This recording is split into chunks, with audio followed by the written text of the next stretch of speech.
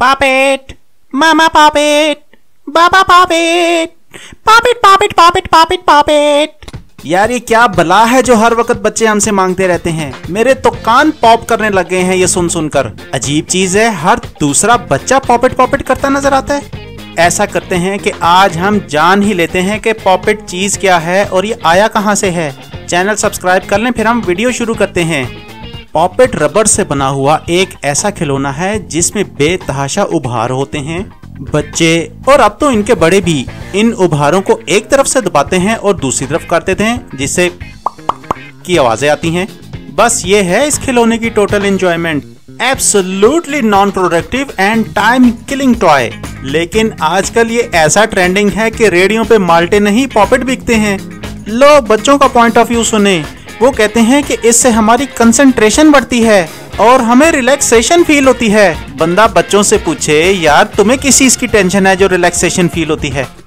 चलें जरा इसकी हिस्ट्री जान लेते हैं और ये भी जानते हैं कि देखते ही देखते ये बेस्ट सेलिंग टॉय बना कैसे। अब आप इसे सेहूनी साजिश समझे या कुछ और, लेकिन ये हकीकत है कि सबसे पहला पॉपेट एक इसराइली जिसका नाम थियो और उसकी बीवी जिसका नाम ओरा था, उन्होंने मिलकर डिजाइन किया था। और मालूम है कब? 1975 में। इनकी कंपनी का नाम है थियोरा, यानी थियो और इसकी बीवी ओरा, इनके नामों को मिक्स कर दिया गया और बनाया थियोरा। और उस वक्त इनका ये प्रोडक्ट बिल्कुल फेल हो गया, इसलिए कि उस वक्त सिलिकॉन रबर इतना आसानी से अवेलेबल नहीं था जैसा कि आज है। और आजकल ये सिलिकॉन रबर ही से बनाया जाता है। इसके बाद इस कंपनी ने हजारों की तादाद में गेमें बनाई, जिनमें एक बेस्ट सेलिंग गेम का नाम था guess who. Coming back to Poppet. 40 साल के बाद यानी 1975 + 40 = 2014 में थियोरा के बेटे ने इस खिलौने का डिजाइन कनाडा की एक कंपनी फॉक्स माइंड को बेच दिया। उन्होंने इस खिलौने का नाम लास्ट वन लॉस्ट रखकर इसे मार्केट में दोबारा मुतारिफ करवाया, लेकिन उन्हें भी कोई खतरखा कामयाबी ना मिली। फिर 2019 में अमेरिका की एक रिटेल कंपनी टारगेट ने इसे रीलॉन्च किया, लेकिन फिर भी खातरखा सेल्स ना हुई, जब तक कि ये नॉर्थ कैरोलिना की एक बंदरिया जिसका नाम था गैटलिन राय उसके हाथ में ना चढ़ा।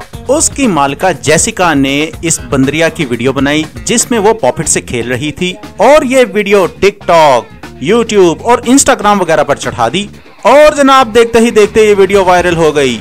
इस वीडियो का वायरल होना था कि दुनिया में पॉपेट का सैलाब आ गया और ये ऐसा ट्रेंडिंग टॉय बन गया कि करोड़ों की तादाद में सेल होने लगा। और आजकल ये हर शेप में दस्तयाब है। दिल, मुख्तलिफ किस्मों के फल, कार्टून कैरेक्टर्स वगैरह वगैरह। लेकिन मजे की बात यह है कि 99.9% सेल्स में ओरिजिनल कंपनी का कोई हाथ नहीं, क्योंकि ये इसकी कॉपियां हैं जो सेल हो रही हैं। चाइना जिंदाबाद। तो ये थी पॉपेट की कहानी मेरी जुबानी। वीडियो पसंद आई हो तो इसे लाइक कर दें, शेयर कर दें, नोटिफिकेशन बटन ऑन कर दें और चैनल सब्सक्राइब नहीं किया तो सब्सक्राइब कर दें। चले मिलते हैं अगली किसी मजेदार वीडियो में। शुक्रिया, अल्लाह हाफिज।